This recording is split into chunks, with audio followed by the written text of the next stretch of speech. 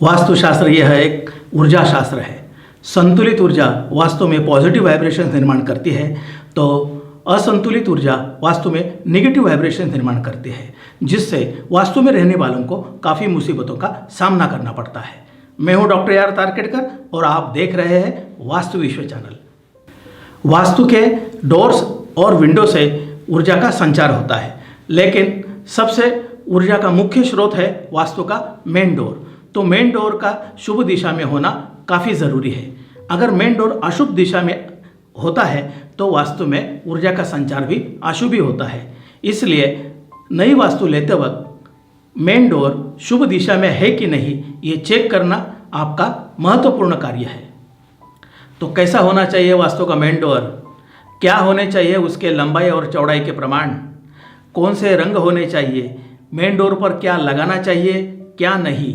क्या शुभ है, क्या अशुभ? इन सारी बातों की जानकारी आपको इस वीडियो के अंत तक हो जाएगी। तो बने रहिए मेरे साथ। चलिए शुरू करते हैं।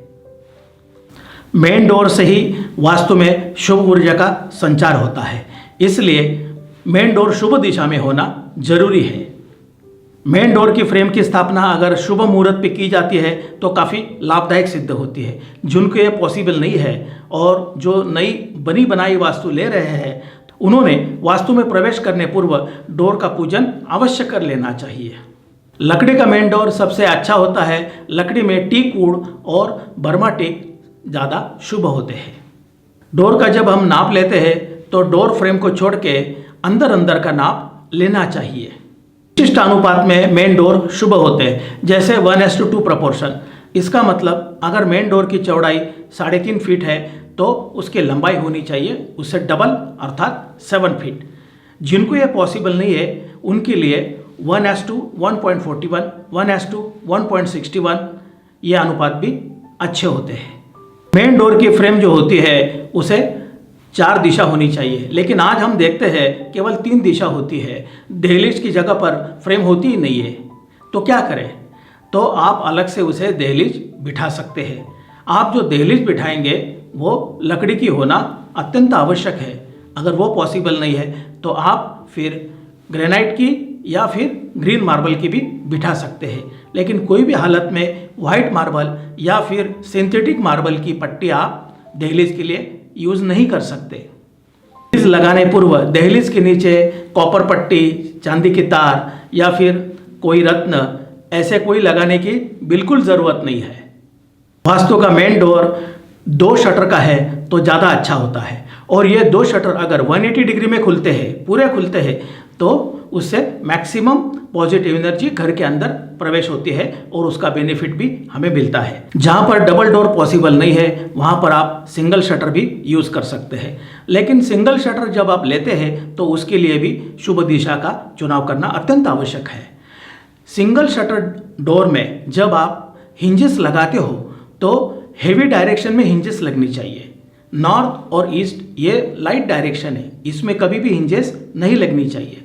साउथ और वेस्ट ये हेवी डायरेक्शन है, इसमें ही आप डोर को हिंजेस लगा सकते हो। अगर आपका मेन डोर नॉर्थ में आता है तो आपने उस डोर फ्रेम के वेस्ट में हिंजेस लगानी चाहिए। आपका डोर ईस्ट में आता है तो आपने साउथ की तरफ उसको हिंजेस लगानी चाहिए। आपका मेन डोर अगर साउथ में आता है तो आपने उसके वेस्ट साइड में हिंजेस लगाने चाहिए। अगर आपका डोर फ्रेम आता है वेस्ट में तो आपने उसको साउथ की तरफ हिंजेस लगानी चाहिए। साउथ और वेस्ट ये दोनों हेवी डायरेक्शन होने की वजह से वो डोर का पूरा जो वेट है वो तोल के रखती है, इसलिए वहाँ पर हिंजेस होनी चाहिए। फिर वास्तु का डोर क्लॉकवाइज खुले या एंटी क्लॉकवाइज खुले, उससे कोई मतलब नहीं है। वास्तु का मेन डोर वास्तु के अंदर के डोर से हरदम बड़ा होना चाहिए। उसकी लंबाई और चौड़ाई अंदर के डोर से ज़्यादा होनी चाहिए। मेन डोर बनाते वक्त हरदम उसको फ्रेश और सीजन वुड का ही इस्तेमाल करना चाहिए। किसी भी पुराने लकड़ी का या पुराने वास्तु के डोर फ्रेम का यूज़ कभी नहीं करना चाहिए। नए वास्तु में पुराना और रीयूज मटेरियल कभी भी यूज़ नहीं करना चाहिए। कोई भी मेन डोर हो वो हमेशा वास्तु के अंदर ही खुलने वाला चाहिए। अगर कमर्शियल मेन डोर है तो वो अंदर और बाहर खुल सकता है, लेकिन कमर्शियल डोर सिर्फ बाहर खुलता है तो वो भी गलत है। मेन डोर के फ्रेम में या शटर में कोई भी खराबी नहीं होनी चाहिए, दरारें नहीं होनी चाहिए। अगर है तो तुरंत उसे रिपेयर करना चाहिए।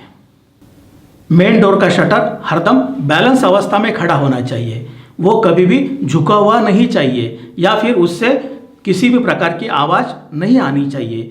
ये अशुभ ऊर्जा निर्माण करता है।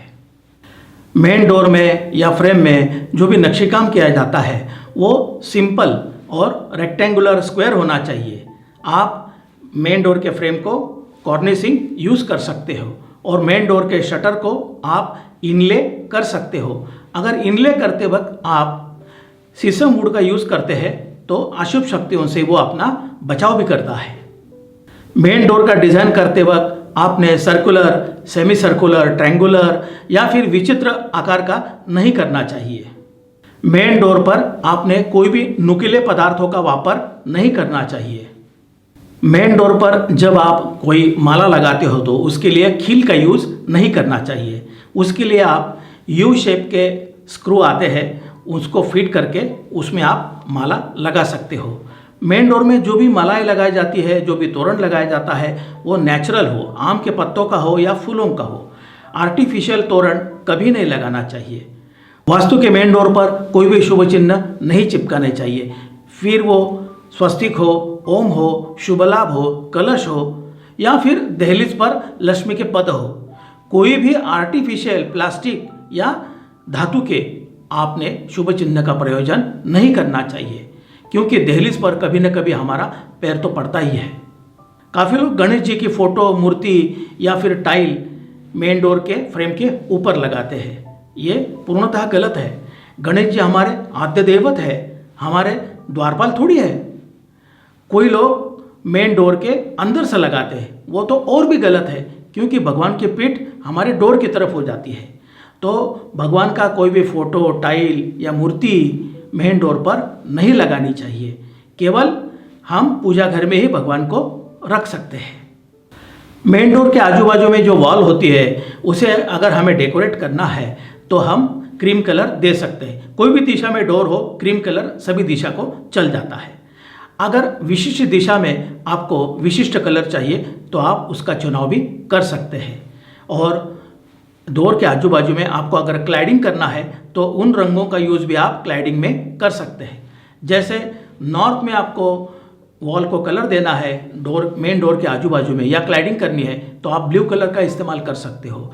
ईस्ट में आपको डोर के बाजू में कलर देना है तो आप ग्रीन कलर का यूज़ कर सकते हो। साउथ में ऑरेंज या रेड कलर का यूज़ कर सकते हो। वेस्ट में वाइट या फिर मेटालिक कलर का यूज़ कर सकते हो।